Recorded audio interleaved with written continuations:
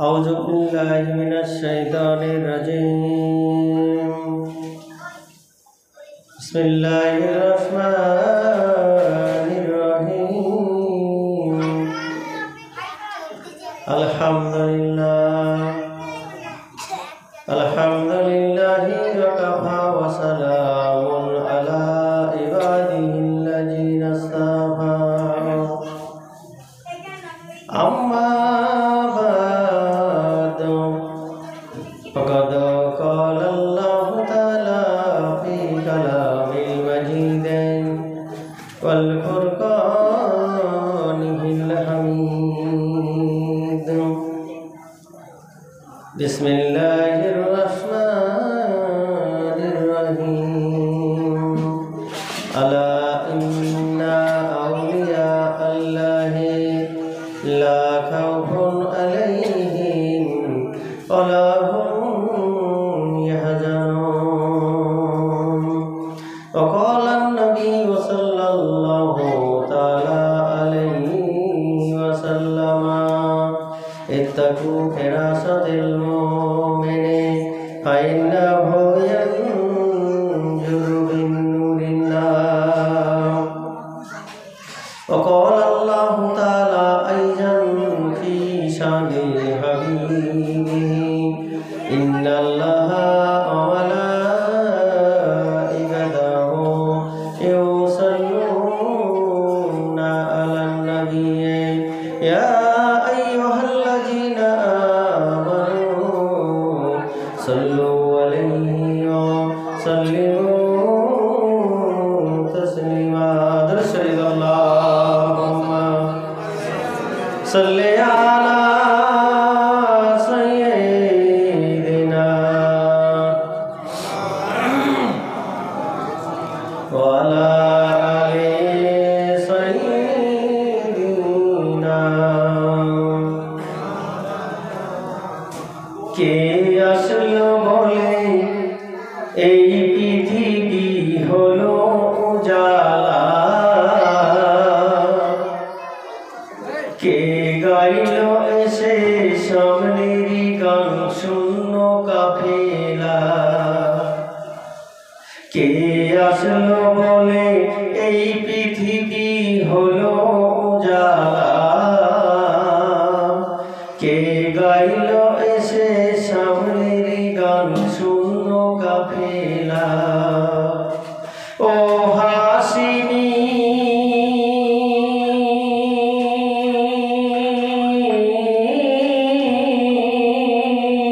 ও হাসিনী মক্কি মদনী শাহে Medina oh নূরে নবী নূরে নবী নূরে Medina জোরে বলেন ও নূরে নবী নূরে নবী নূরে মদিনা কে আসলো বলে এই পৃথিবী হলো উজালা কে গাইল এসে সামনের গান শূন্য কাফেলা ও হাসিনী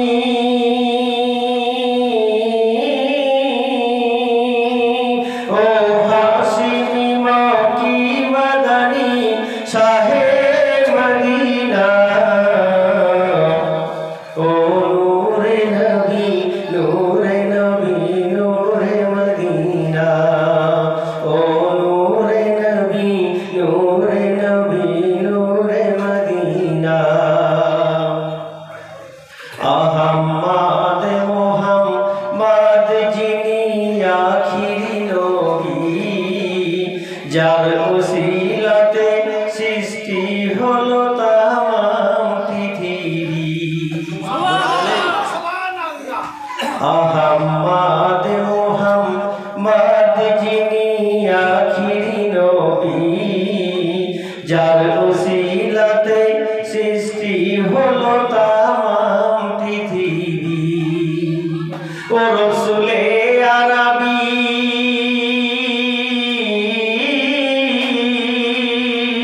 ও রসুলে আরবী উম্মতের পারের তরণী সাফায়াতে সাফি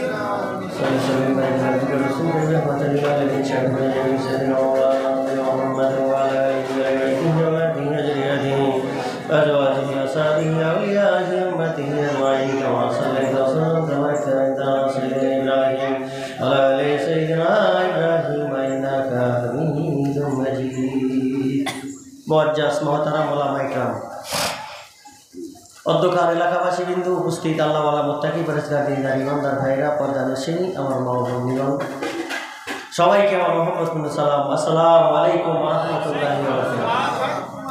শুকরিয়া সেই মালিকের দরবারে যে আল্লাহ পাক আমাদেরকে বড় ভালোবেসে দয়া করে এই পবিত্র রজনীতে কামেল ওলি আল্লাহর হুকুমে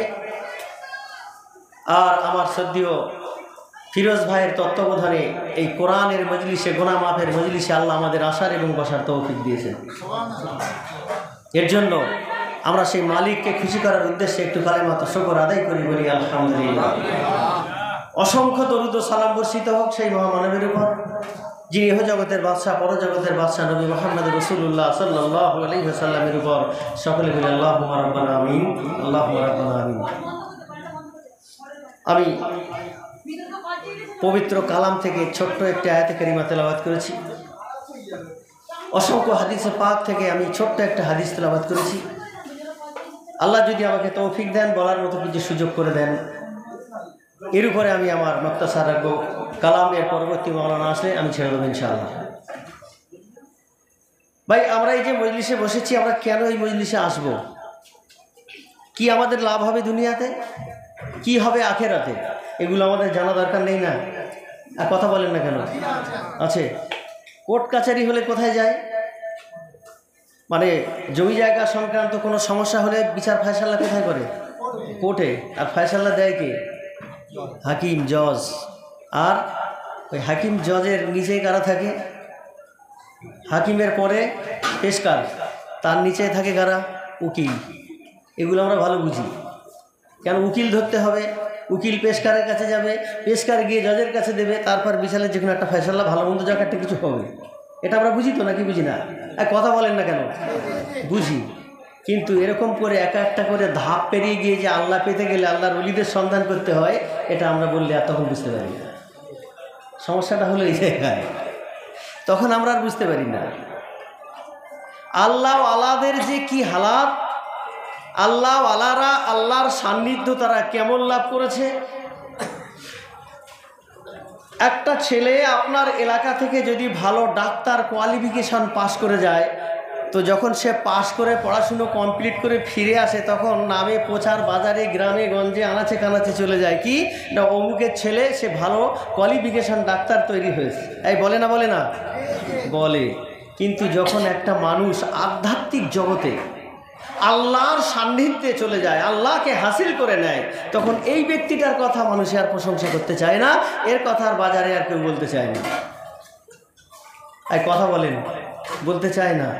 যখন কোনো মানুষ ভালো ইবাদত বান্দেগি করে, তার নামের প্রচার করে না, কিন্তু ওই মানুষটা কোনো কারণবশত, হতে পারে, আমরা তো রক্তচোষের মানুষ না, কোনো কারণবশত যদি দেখবেন ওই মানুষটার দ্বারাই কোনো দিন কোনো কারণে যদি একটা ছোট থেকে ছোট অন্যায় হয়ে যায়, দেখবেন তার আমলের ইবাদতের কথা বলার চেয়ে তার ওই ব্যাকগ্রাউন্ডের কথাটা মানুষ বেশি প্রচার করে।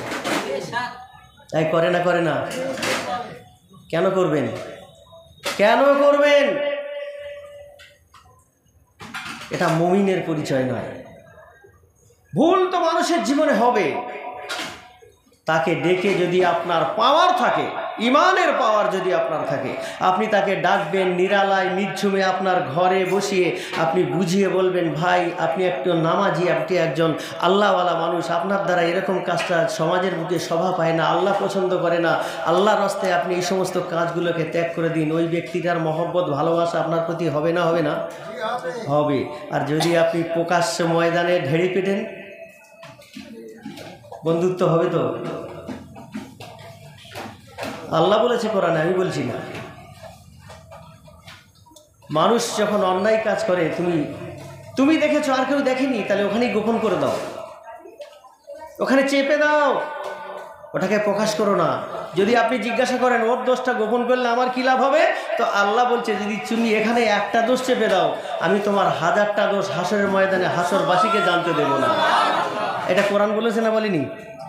কিন্তু আমরা কি করি, আগেই মানুষের সেই খারাপ কথাটা উঠিয়ে ধরি। এটা করা যাবে না। আমার ভাইয়েরা, যুবক জওয়ানেরা, আল্লাহওয়ালা আল্লাহর ওলিরা আল্লাহর আধ্যাত্মিক জগৎ কেমন অর্জন করে, আল্লাহ পাকের সান্নিধ্য তারা কেমন পেয়ে যায়, আল্লাহ পাক তাদের প্রতি কেমন খুশি হয়, আমি সংক্ষিপ্ত আকারে একটা ঘটনা আপনাদের ওয়াকিয়া শোনাবো। বাইজিদ বোস্তামির জীবনী, জোরে বলেন। এই যে নামটা বললাম, এই নাম আপনারা শোনেননি? হযরতে বাইজিদ বোস্তামি রহমতুল্লাহ। আমার ভাইরা, যুবক জওয়ানেরা, আল্লাহর ওলি হযরতে বাইজিদ বোস্তামি রহমতুল্লাহ। হুজুর আমার তার পেছনের পুরো ঘটনা যদি আমি বলতে যাই আমার সময় কুলবে না, এই কারণে আমি সংক্ষিপ্ত করে তার আসল কথাটা একটু আপনাদের শোনাই। আল্লাহর ওলি হযরতে বাইজিদ বোস্তামি রহমাতুল্লাহ, হুজুর আমার একদিন বিছানা আরাম করছেন, হঠাৎ করে এই নাম্বারের সঙ্গে নাম্বারের মিল হলে কানেকশন লাগে না লাগে না? কথা বলেন। আবার নাম্বার ভালো আছে, আপনার নাম্বার আমার নাম্বারের সঙ্গে সবই ঠিক, কিন্তু টাওয়ার ধরছে না। এই কথা বলেন, কি ধরছে না? নাম্বার ঠিকই আছে, ভুল নাই, কিন্তু টাওয়ার ধরছে না। কেন টাওয়ার ধরছে না? আমার আপনার জীবনের নামাজ গাফিলাতি হয়, নামাজ কাজা হয়ে যায়, নামাজ ছুটে যায়, আর যারা 5 ওয়াক্তের নামাজ আল্লাহর রাস্তে আদায় করে তাদের টাওয়ার কখনো ফেল করে না, তাদের টাওয়ার ফেল করে না। আল্লাহর ওলি হযরতে বাইজিদ বোস্তামি রহমাতুল্লাহ, হুজুরের টাওয়ারটা আল্লাহর সঙ্গে কেমন ছিল? জোরে বলেন সুবহানাল্লাহ। হল্লা চিল্লা করবেন না ভাই, আস্তে আস্তে যেটা করবেন আস্তে আস্তে করুন। বাইজিদ বোস্তামি রহমাতুল্লাহ তিনি আরাম করছেন, এমন সময় নাম্বারের সঙ্গে নাম্বার মিল হলে মোবাইলের লিনটান বাজে না? আর কথা বলেন, বাজে তো? তো আল্লাহর সঙ্গে যারা সম্পর্ক করে তাদেরও লিনটন বাজে। কি? এই 5 ওয়াক্তের নামাজ যখন তারা কায়েম করে তো তাদের উপরে এলহাম হয়। জোরে বলেন এলহাম। এলহাম সম্পর্কটা করতে হয়েছে না? আপনি যেখানে থাকেন পৃথিবীর, আপনার বন্ধুর নাম্বারের সঙ্গে আপনার নাম্বারের মিল থাকলে নিশ্চয়ই তার কাছে কল যাবে না? যাবে না? তো যারা 5 ওয়াক্ত নামাজ আদায় করে আল্লাহকে রাজি এবং খুশি করেছে তাদেরও এলহাম, অর্থাৎ তাদেরও লিনটান বাজে, আর ওটাই হলো আল্লাহর ওলিদের এলহামে আল্লাহ জানিয়ে দেয়। জোরে বলেন সুবহানাল্লাহ। ঘুমিয়ে আছেন, আরাম করছেন, এলহাম চলে আসলো, এই আমার বন্ধু বাইজিদ, জোরে বলেন। কে ডাকছে? আল্লাহ স্বয়ং ডাকছে, এই আমার বন্ধু বাইজিদ, আরাম করো, তোমাকে একটা কাজ দেব। হযরতে বাইজিদ বোস্তামি রহমতুল্লাহ বলছে, মালিক কি কাজ? আমি তো গোলাম রেডি আছি। জোরে বলেন তো সুবহানাল্লাহ। আমি গোলাম রেডি আছি। আল্লাহ পাক রব্বুল আলামিন বলেন, আগামী কাল সকালবেলা খ্রিস্টানদের একটা মজমা জামায়াত হবে। ওই জমায়েতে কম বেশি 5 থেকে 6 লক্ষ খ্রিস্টান জমা হবে। আমি আল্লাহ চাই, ও আমার বন্ধু বাইজিদ, আমরা ওলি মানতে চাই না, অথচ আমার মালিক আল্লাহ পাক বাইজিদের দ্বারাই পৃথিবীতে কি করতে চান একটু ভালো করে শোনেন। আল্লাহ পাক রব্বুল আলামিন বলছে, আমার বন্ধু বাইজিদ, আগামী সকালবেলা খ্রিস্টানদের 5 থেকে 6 লক্ষ মানুষের জামায়াত হবে। তাদের বড় বড় মাওলানা পুপ পাদ্রী এসে ওয়াজ ও নসিহত করবে এই পৃথিবী থেকে ইসলাম মুছে দেওয়ার জন্য। ও আমার বন্ধু বাইজিদ, আমি চাই এই পৃথিবীর জমিনে তোমার মতো বাইজিদের দ্বারাই পরিবর্তন আনতে। তোমার দ্বারাই আমি পরিবর্তন আনতে চাই। জোরে বলেন সুবহানাল্লাহ। বাইজিদ বোস্তামি রহমাতুল্লাহ বলেন, মালিক আমার তো মাথায় পাগড়ি, বড় জুব্বা, মুখেতেও আমার দাড়ি, এখন যদি ওই খ্রিস্টানদের ভিতরে ঢুকে যাই তাহলে হয়তো আমায় তারা সন্ত্রাসী বলবে, না হলে কোনো গুপ্তচর বলে তো আমার উপর সমস্যা করবে। আল্লাহ পাক রব্বুল আলামিন বলেন, ও আমার বন্ধু ভাইজি, তুমি চিন্তা করো না, এই জমিনে ছেড়ে দিয়ে আমি আল্লাহ মজা দেখি না। আমার হুকুম আদেশ তুমি পালন করো, যাও চলে যাও। আগামীকাল সকালবেলা ওই দলের মধ্যে তোমার ঢোকা লাগবে। আমি আল্লাহ চাই তোমার দ্বারাই পৃথিবীতে পরিবর্তন আনতে। আল্লাহর ওলি হযরতে বাইজিদ বুস্তামি রহমাতুল্লাহ আলাইহি বলে, মালিক যদি কোনো কারণে আমি ধরা খেয়ে যাই, আল্লাহ পাক রব্বুল আলামিন বলেন, যদি দাড়িতে এখন সচরাচর সব ধর্মের মানুষেরা রাখে কোনো সমস্যা নাই, তবে যদি তুমি মনে করো গুপ্তচর হিসেবে তোমাকে গ্রেফতার করতে পারে, সন্ত্রাসী তোমায় বলতে পারে, কোনো কারণে যদি তোমায় আটকিয়ে তারা দেয়, প্রয়োজনে তোমার পোশাকটা খুলে তাদের পোশাক পরো, এরপরও আমি আল্লাহ চাই তোমায় যাওয়া লাগবে, আর তোমার দ্বারাতে আমি আল্লাহ পৃথিবীতে পরিবর্তন করে দেব। তার একটা মাধ্যম এখানে পাচ্ছি তো আমরা, নাকি? পরিবর্তনটা কি করে হবে? ওলি আল্লাহদের কারণে হবে। জোরে বলেন সুবহানাল্লাহ। সকাল হয়ে গেল, আল্লাহর ওলি হযরতে বাইজিদ বুস্তামি রাহমাতুল্লাহ আলাইহি হুজুর আমার তাদের পোশাক পরিধান করলেন, দলের মাঝখানে গিয়ে বসে আছেন 5 থেকে 6 লক্ষ খ্রিস্টান। তারা সবাই এরকম আপনাদের মতো শ্রোতা বসে আছে, উঁচু স্টেজ, কেদারা চেয়ারের উপরে। মাওলানা সাহেব তাদের ডিগ্রিধারী, তারা এক এক করে ওয়াজ নসিহত করে চলে যায়। সর্বশেষ যিনি বক্তা, তিনি ছিলেন সবচেয়ে শিক্ষিত পণ্ডিত, তিনি ছিলেন পাদ্রী। তিনি যখন এসে চেয়ারে বসেছেন, 5 থেকে 6 লক্ষ খ্রিস্টান আওয়াজ দিয়ে বলছো, আমাদের বড় পোপ, আমাদের বড় পাদ্রী, ও আমাদের শিক্ষক, আমাদের মাস্টার, আপনি ওয়াজ করেন, দীর্ঘ সময় ধরে আপনার অপেক্ষায় বসে আছি। কিন্তু পাদ্রী সাহেব উত্তর দিচ্ছে, বাবা আমি কথা বলতে চেষ্টা করি, কিন্তু আমার জবান দিয়ে কথা বের হয় না। আরে কি বলো, দীর্ঘ সময় তোমার অপেক্ষায় আছি আর তুমি বলো জবান দিয়ে কথা বেরোয় না, কি কারণ, সমস্যাটা কি? পাদ্রী উত্তর দিচ্ছে, ও খ্রিস্টানের দল, আমার মন বলে তোমাদের এই মাজমায় এই 5 থেকে 6 লক্ষ খ্রিস্টানদের ভিতরে আমার মনে হচ্ছে একজন আখিরি নবীর উম্মত বসে আছে। সুবহানাল্লাহ বাড়ি গিয়ে বলবেন নাকি? আখিরি নবীর উম্মত বসে আছে, তার ইমানের এত পাওয়ার, তার ওই ইমানের পাওয়ারের কারণে আমার জবান দিয়ে আওয়াজ বের হয় না। আল্লাহ এখানে বোঝাতে চাইলেন, পাদ্রী তুমি উঁচু জায়গায় বসবে, আর আমি যাদের বন্ধু বানিয়েছ নিচেই থাকবে, তোমার জবান বন্ধ। জোরে বলেন সুবহানাল্লাহ।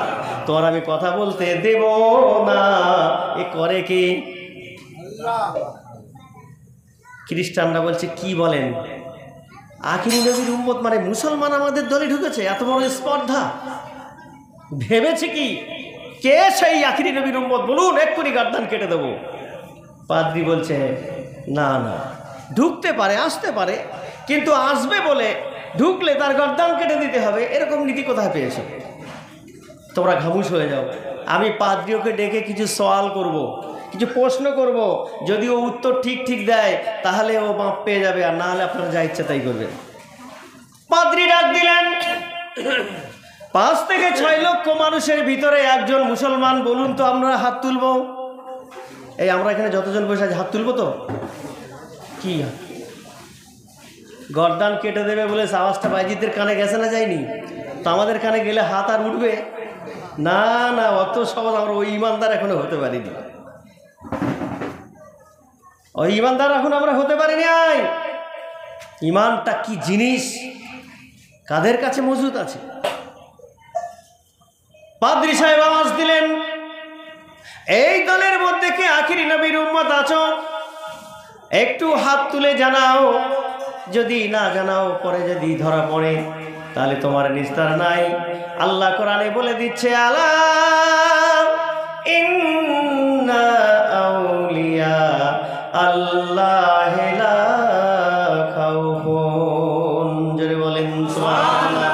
আমার আল্লাহ জানিয়ে দিচ্ছে, আমার বন্ধু যারা হয় তাদের কোনো ভয় নাই, তাদের কোনো ভয় নাই। 5 থেকে 6 লক্ষ খ্রিস্টানদের মধ্যে আল্লাহর ওলি হযরতে বাইজিদ বুস্তামি রাহমাতুল্লাহ আলাইহি একমাত্র আল্লাহর গোলাম ইমানের সঙ্গে দাঁড়িয়ে হাত উঁচু করে জানিয়ে দিল, আমি একমাত্র আল্লাহর বান্দা নবীর উম্মত বাইজিদ। এগুলো কোনো বংশের গরমে এক কথা বলতে হবে, টাকার গরমে, তাহলে কিসের গরমে? ইমান, ইমান, জোরে বলেন সুবহানাল্লাহ।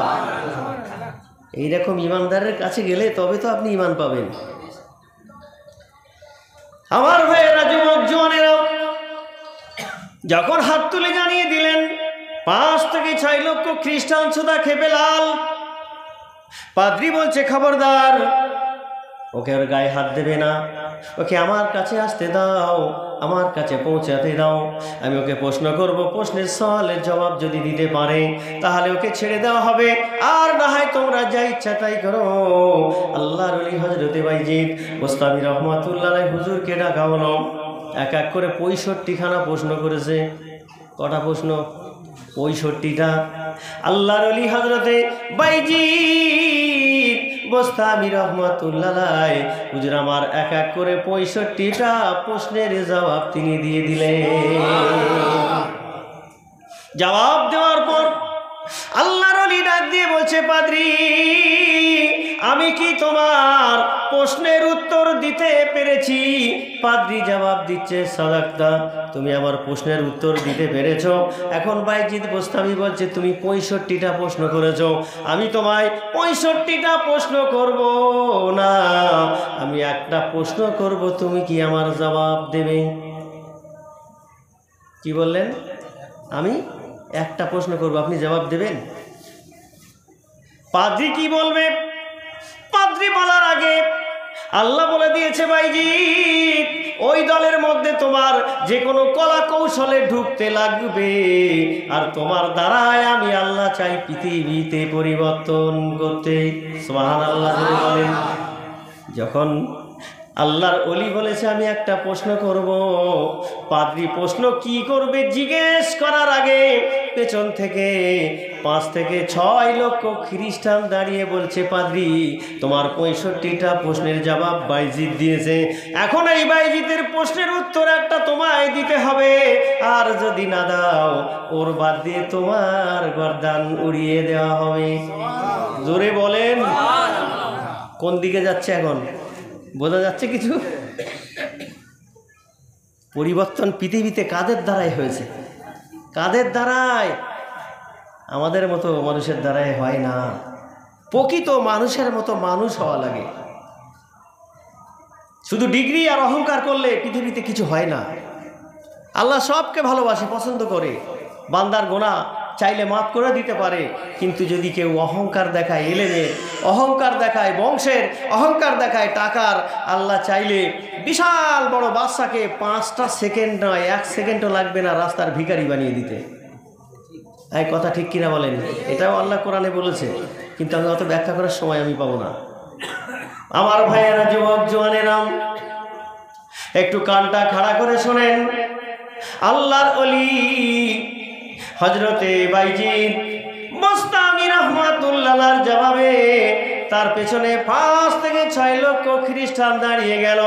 পাদ্রীকে ডাক দিয়ে বলছে, পাদ্রী সাহেব, একটা প্রশ্নের জবাব তোমার দেওয়া লাগবে, আর যদি তুমি না দাও তাহলে গর্দান কিন্তু তোমার কাটা হবে।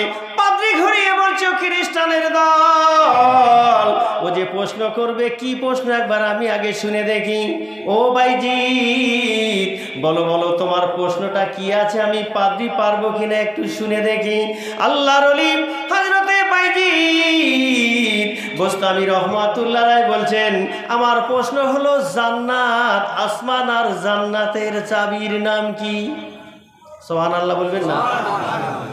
আসমান আর জান্নাতের চাবির নাম কি? পাদ্রী সাহেব বলছে, ও খ্রিস্টানের দল, ও কি বলেছে?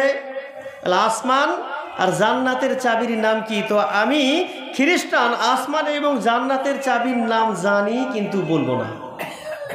বলছে না বললে তো তোমায় ছাড়বো না, তোমার বলতেই হবে। বলো আমার ভাইয়েরা, যুবক জওয়ানেরা, পর্দা নশিনী আমার মা ও ভগ্নীগণ, বাইজিদ বোস্তামি রহমাতুল্লাহর কথা শুনে খ্রিস্টান পাদ্রী বলছেন, ও খ্রিস্টানের দল, আমি এই কথার উত্তরটা আমি দেব, কিন্তু আমি যে তোমাদের মাস্টার, তোমাদের স্যার, আমার কথা মানবে তো? কে করাচ্ছে এটা? আমার কথা মানবে তো? আমি তো মাস্টার, তা মাস্টার কথা ছাত্র শুনবে না? হ্যাঁ বলে, হ্যাঁ আমরা সবাই মানব। সবাই সাক্ষ্য দাও যে হ্যাঁ আমি তোমার কথা আজকে মানব। সবাই বলছে হ্যাঁ ঠিক আছে পাদ্রী, আপনি যা বলবেন আমরা তাই করব। পাদ্রী সাহেব ওই সুযোগে তখন বলছে, আসমান আর জান্নাতের চাবির নাম লা ইলাহা ইল্লাল্লাহু মুহাম্মাদুর রাসূলুল্লাহ সাল্লাল্লাহু আলাইহি ওয়াসাল্লাম। জোরে বলেন সুবহানাল্লাহ। পাদ্রী বলছে, দেখো ফাজলামি মারবে না, আসমান আর জান্নাতের চাবির নাম আমি বলেছি, তোমরাও বলেছো, অর্থাৎ তোমরা এখন আর কিন্তু খ্রিস্টান নেই, মুসলমান হয়ে গেছো। পাদ্রী বলছেন, ও খ্রিস্টানের দল, এখন আমি পড়েছি প্রথম কলেমা, এবার আল্লাহর ওলি বাইজিদ পড়াবে তোমাদের দ্বিতীয় কলেমা। জোরে বলেন। এখন দ্বিতীয় কলেমা পড়াবে আমি পাদ্রী সহ আল্লাহর ওলি হযরতে বাইজিদ বোস্তামি রহমাতুল্লাহ আলাইহি। হুজুর আপনি এবার পড়িয়ে দেন, আশহাদু আল্লা ইলাহা ইল্লাল্লাহু ওয়াহদাহু লা শারীকা লাহু ওয়া আশহাদু আন্না মুহাম্মাদান আবদুহু ওয়া রাসূলুহু। একসঙ্গে একই টাইমে আল্লাহর ওলি হযরতে বাইজিদ বোস্তামির সাথে খ্রিস্টান পাদ্রী সহ 5 থেকে 6 লক্ষ খ্রিস্টান তারা কালেমা পড়ে মুসলমান হয়ে যায়। আল্লাহ বলছে, যাও আমি তোমার দ্বারাই পরিবর্তন করবো। জোরে বলেন সুবহানাল্লাহ। সেই বাইজিদ বোস্তামি জঙ্গলে গিয়ে ইবাদত করছে 12 বছর এক জায়গায় বসে। জোরে বলেন সুবহানাল্লাহ। আর আমরা মসজিদ ঘরে মুয়াজ্জিন আজান দিলে যাই বটে, কি করে তাড়াতাড়ি সেখান থেকে পালাবো, খুব গরম জায়গা, ওখানে মন দাঁড়ায় না। মন দাঁড়ায় কোথায়? বাজারে আসলে। মন বসে কোথায়? চায়ের দোকানে গেলে। এই কথা বলেন, হ্যাঁ এখানে আসলে আমাদের মনটা ঠিক থাকে, শান্তি পায়, কিন্তু মসজিদে গেলে মন উতাল পাতাল করে। মুয়াজ্জিন এত বড় কেরাত ধরেছে, সমস্যা তো এই ইমাম সাহেব এত লম্বা কেরাত ধরেছে, মনে মনে যদি এইটা ভাবে তার নামাজ ঠিক হবে? এক কথা বলেন না কেন? আমার ভাইয়েরা, যুবক জওয়ানেরা, একটানা 12 বছর এক জায়গায় বসে বসে বসে বসে আল্লাহর ওলি হযরতে বাইজিদ বোস্তামি রহমাতুল্লাহ আলাইহি তিনি আল্লাহর ইবাদত করলেন। জোরে বলুন সুবহানাল্লাহ। 12 বছর যখন হয়ে গেল, এই 12 বছর পর আল্লাহর ওলি হযরতে বাইজিদ বোস্তামি রহমাতুল্লাহ আলাইহি হুজুর আবার মনে মনে চিন্তা করেন, ও আমার মালিক আল্লাহ, আমি এই 12 বছর ধরে পরীক্ষা দিলাম, 12 বছর ধরে নামাজ পড়লাম, 12 বছর ধরে তোমার ইবাদত বন্দেগী করলাম, আরাধনা উপাসনা করলাম, জিকির করলাম, মুরাকাবা মুশাহিদা করলাম। আল্লাহ আমার এই কাজে তুমি কতটা খুশি হয়েছো, কতটা রাজি হয়েছো, আল্লাহ যদি একটু আমায় জানিয়ে দিতে, আমি তোমার বান্দা বাইজিদ বড় খুশি হয়ে যেতাম। আমরা কোনোদিন আল্লাহকে বলেছি, আল্লাহ আমার ইবাদতটা কবুল হয়েছে, একটু জানিয়ে দাও? না, জানাবে নিশ্চিত, যদি আপনি খানা হালাল খান। যেটা বলেন আপনার ইবাদত, আপনার 5 ওয়াক্তের সেজদাটা যদি আল্লাহর কাছে পছন্দ হয়ে যায়, তাহলে আর কোনো চিন্তা নাই। আল্লাহ বলছেন, বান্দা তুমি যখন সেজদাটা করো, তুমি মনে করো নামাজের মুসাল্লায় করেছো, তুমি মনে করো মসজিদের জমিনে করেছো, না, তুমি আমার কদমে সেজদা করেছো। কিতাবের মধ্যে লেখা হয়েছে, বান্দা যখন নামাজে রত হয়ে যায়, আমার মালিক এত খুশি হয়, খুশি হয়ে বলেন আমার বান্দার বডির ওজন যতটা ওই পরিমাণ স্বর্ণ ওজন করো, যত টাকা দাম আমি ওই পরিমাণ স্বর্ণ আমি আল্লাহ আমার রাস্তায় আমার বান্দার নামে সাদগা করে দিই। নামাজটা ভালো কাজ না খারাপ কাজ? আমরা করতে চাই না। 12 বছর ইবাদত করে আল্লাহকে বলছেন আল্লাহ একটু রেজাল্টটা জানিয়ে দাও, পরীক্ষা তো দিয়েছি। আর রসুলও বলছেন আর দুনিয়া ও মাজরাতুল আখেরা, এই দুনিয়াটা আখেরাতের খেতি বাড়ি। কেউ 10 বছর, কেউ 20 বছর, কেউ 30 বছর, 40 বছর আখেরাত ফাঁকা করে ফেলেছে। জিন্দেগি তোর যায় রে ফাঁকি দিয়া রে সোনার আদম, জিন্দেগি তোর যায় রে ফাঁকি দিয়া। সন্তান যখন মায়ের গর্ভে থেকে দুনিয়ায় আসে, দুনিয়ায় যেদিনকে ভূমিষ্ঠ হয় ওদিন থেকে এই দুনিয়ার হায়াত তার বৃদ্ধি হয়। নানা এক একটা করে দিন তার কবরের দিকে চলে যায়। আমরা বুঝতে পারি না, যদি কারো 50 বছরের হায়াতের জিন্দেগি হয়, একদিন পার হয়ে গেল মানে 49, আবার একদিন চলে গেল 48, আবার একদিন চলে গেল 47, এমনি করে বান্দার কবরের দিকে এগিয়ে চলে যায়। এই জন্য কবি বলেন জিন্দেগি তোর যায় রে ফাঁকি দিয়া রে সোনার আদম, জিন্দেগি তোর যায় রে ফাঁকি দিয়া। এক এক করে দিন আমার আপনার থেকে বিদায় নিয়ে চলে যায়, আমাদের খবর নাই। নামাজ পড়তে মন ভালো লাগে না, হালাল হারামের কোনো তামিজ নাই। আমার আল্লাহ পাক রব্বুল আলামিন বান্দারে তিনি বলেন আসছে মাহে রমজানুল মুবারক, তার আগে আমি 2টো মাস তোমাদের দিয়েছি, একটা রজব একটা শাবান। জোরে বলুন সুবহানাল্লাহ। এই মাসেতে তোমরা একটু বেশি বেশি করে নফল রোজা রাখো। ও আমার বান্দা বান্দিরা, যদি তোমরা এই 2টো মাসে একটু নফল রোজাটা বেশি রাখো, তাহলে ফরজ রোজায় তোমার কষ্ট হবে না। আর এগুলো যারা করে আবার এদের পেছনে কাঠি দেওয়ার জন্য লোক রেডি। এই কথা বলেন হ্যাঁ কিনা? এরা আবার এসব কি করে? নফল কেন করবো? আমার ভাইয়েরা, যুবক জওয়ানেরা, আল্লাহ পাক রব্বুল আলামিন বলেন ফরজ হলো আমার হুকুম, সুন্নত আমার নবীর তরিকা, মুস্তাহাব আরো যত নামাজ আছে সব বান্দা করো, আমার নৈকট্য পাবে না। একমাত্র যদি তুমি নফল বেশি বেশি করে আদায় করতে পারো, বান্দা আমায় পেয়ে যাবে। জোরে বলেন সুবহানাল্লাহ। সুফি আজান গাছি রহমতুল্লাহ আলাইহির দরবারটা এমন, তিনি আমাদেরকে নফল সালাতের আদেশ বেশি বেশি করে করেছেন। বলুন সুবহানাল্লাহ।